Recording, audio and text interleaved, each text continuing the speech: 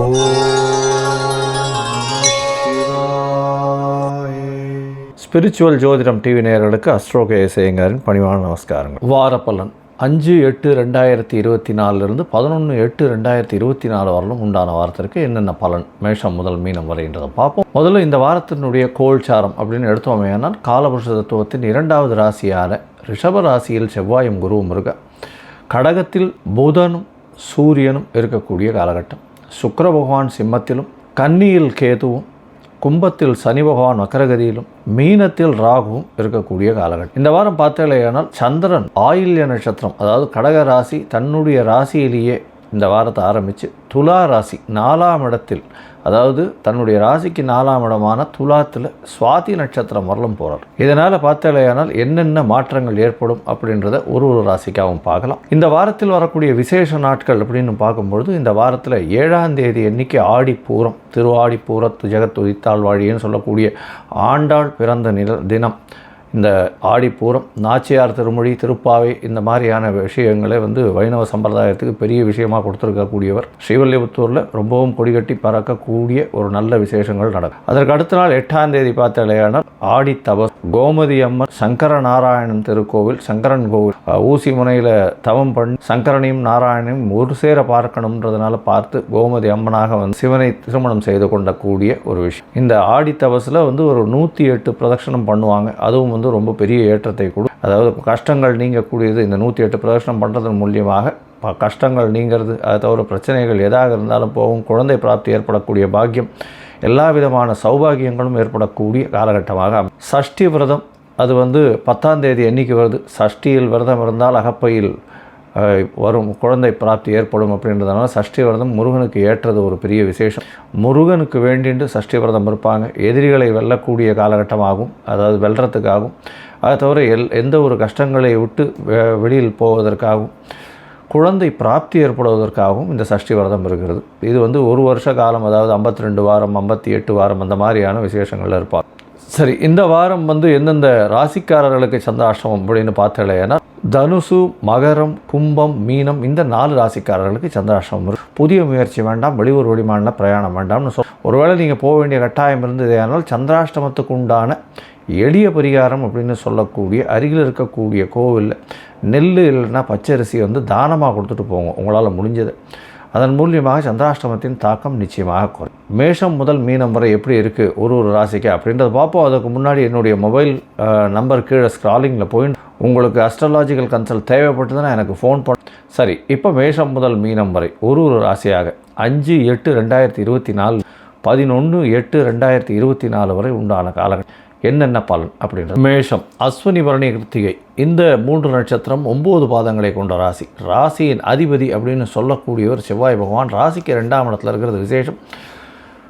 பேச்சில் நல்ல ஒரு ஏற்றம் இருக்கும். ஏன்னா ராசிநாதனே 2ஆம் இடத்துல இருக்கார். குருவோட சம்பந்தத்தில் இருக்கிறது பெரிய விசேஷம். 9ஆம் அதிபதினு சொல்லக்கூடியவர் உங்களுடைய ராசிக்கு பாக்யாதிபதியும் சேர்ந்து 2ஆம் இடத்துல இருக்கார். பணவரவுக்கு தட்டுப்பாடு இருக்காது. பேச்சில் நல்ல நல்லினம் இருக்கும். குடும்பத்தில் நல்ல மகிழ்ச்சி இருக்கக்கூடிய காலகட்டம்.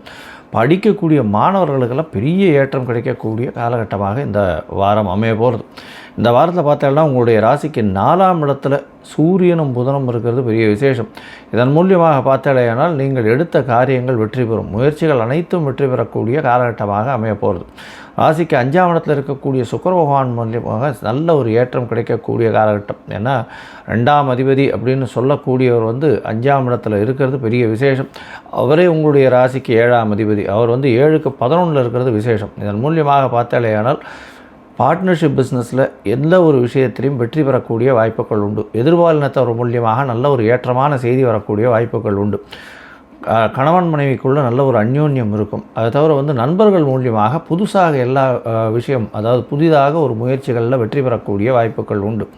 ராசிக்கு 6ஆம் இடத்தில் இருக்கக்கூடிய கேது பகவான் மூலியமாக புதிய முயற்சி வெற்றி பெறும். எதிராளிகள் அற்ற நிலை இருக்கும். வெற்றிகள் பல உண்டு. அதை தவிர புதிய வேலை கிடைக்கக்கூடிய பாக்கியம் நிச்சயமாக இருக்கும். வேலையில் மாற்றங்கள் ஏற்றங்கள் உண்டு. ராசிக்கு 11ஆம் இடத்தில் வக்கர சனி பகவான் இருக்கிறது பெரிய விசேஷம். வக்கரத்தில் சனி பகவான் இருக்கிறதன் மூலியமாக பார்த்தேனால் உங்களுக்கு சனி பகவான் 11ஆம் இடத்துல வக்கரகதியில் இருக்கிறதுனால ஒரு ஏற்றத்தை கொடுப்பார். லாபத்தில் கொஞ்சம் கம்மியாக இருந்தாலும் நல்ல ஒரு லாபம் இருக்கக்கூடிய காலகட்டமாக அமையும். உங்களுடைய ராசிக்கு 12ஆம் இடத்துல வந்து ராகு பகவான் இருக்குது. அதன் மூலியமாக வெளிநாட்டில் இம்போர்ட் எக்ஸ்போர்ட் பிஸ்னஸ் பண்ணுறவங்க, அதாவது ஏற்றுமதி இறக்குமதியில் துறையில் இருக்கிறவங்களுக்கு நல்ல ஒரு ஏற்றம். அது தவிர பார்த்தீங்களேனால் 12ஆம் இடத்தில் இருக்கக்கூடிய ராகு வெளிநாடு சம்பந்தமாக நல்ல ஒரு ஏற்றமான ஒரு விஷயத்தை கொடுக்கக்கூடிய காலகட்டமாக அமைய போகிறது. இந்த வாரம் அதாவது அதிவேகமாக செல்லக்கூடிய கிரகமான சந்திர பகவான் உங்களுடைய ராசிக்கு 4ஆம் இடத்துல இந்த வாரத்தை ஆரம்பிக்கிறார். 4ஆம் இடத்துல வந்து உங்களுடைய ராசிக்கு சாயந்தரம் ஒரு 4:30 மணி வரலும் வந்து சந்திர பகவான் 4ஆம் இடத்துல இருக்கார். ஆட்சி பெற்று போயிருக்கக்கூடிய காலகட்டமாக அமையிறது.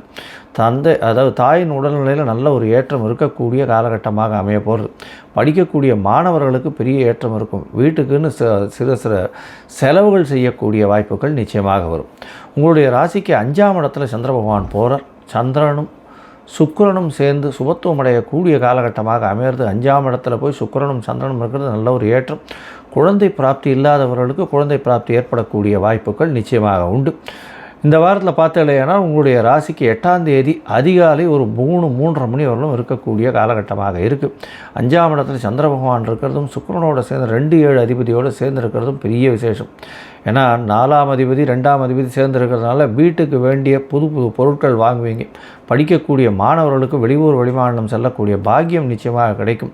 குழந்தை பிராப்தி ஏற்படக்கூடிய வாய்ப்புகள் நிச்சயமாக உண்டு. உங்களுடைய ராசிக்கு 6ஆம் இடத்துல சந்திர பகவான் போகிறார். கேதுவோட சம்பந்தம் அது வந்து 10ஆம் தேதி அன்னைக்கு மாலை ஒரு 3:30 மணி வரலும் இருக்கக்கூடிய காலகட்டமாக அமையிறது. இது 6ஆம் இடத்துல இருக்கும் பொழுது குருவின் பார்வை இருக்கிறதுனால குரு சந்திர யோகம் அமையக்கூடிய காலகட்டமாக அமையிறது. இந்த வாரத்தில் பார்த்தீங்கன்னா நல்ல ஒரு ஏற்றம் இருக்கும். புதிய தொழில் அமையும். புதிய முயற்சிகள் மூலியமாக நல்ல ஒரு ஏற்றம் இருக்கும். வெளியூர் பிரயாணங்கள் இருக்கும். அதுவும் சர்வீஸ் இண்டஸ்ட்ரியில் இருக்கிறவங்களுக்கெல்லாம் நல்ல ஒரு ஏற்றம் இருக்கும். அதாவது டாக்டராக இருக்கிறவங்க, அதை தவிர வந்து சமையல் கலை வல்லுநர்கள், சமையல் வந்து சமையல் பண்ணி சப்ளை பண்ணி இந்த ஹோட்டல்ஸ் அந்த மாதிரி வச்சுருக்கிறவங்களுக்கெல்லாம் பெரிய ஏற்றம் கிடைக்கக்கூடிய காலகட்டமாக அமைய போகிறது. உங்களுடைய ராசிக்கு 7ஆம் இடத்துல சந்திர பகவான் போகிறார். சந்திர பகவான் உங்களுடைய ராசியை பார்க்குறது 4ஆம் அதிபதி இன்னொரு கேந்திரத்தில் போய் இருக்கிறது பெரிய விசேஷம். இதன் மூலியமாக உங்களுடைய தாயின் மூலியமாக உங்களுக்கு ஒரு நல்ல பெரிய ஏற்றம் கிடைக்கக்கூடிய காலகட்டமாக இருக்கும். புதிய தொழில் ஆரம்பிக்கிறவாளுக்கெல்லாம் வந்து பார்த்தோம்னா இந்த வாரத்தில் தாய்கிட்டேருந்து ஒரு 10 ரூபா பைசா வாங்கிட்டு போய் ஆரம்பித்தால்னா உங்களுக்கு நிச்சயமாக நல்ல ஒரு ஏற்றம் கிடைக்கக்கூடிய வாரமாக இந்த வாரம் அமைய போகிறது. இந்த வாரத்தில் பார்த்தால் 7ஆம் இடத்துல இருக்கக்கூடிய சந்திர பகவான் 13ஆம் தேதி அதிகாலை ஒரு 2 மணி வரலும் அங்கே இருக்கார். 13ஆம் தேதி அதிகாலை ஒரு 2 மணி வரலும் இருக்கார். அதனால் வந்து பார்த்தால் நல்ல ஒரு ஏற்றம் கிடைக்கக்கூடிய காலகட்டம்.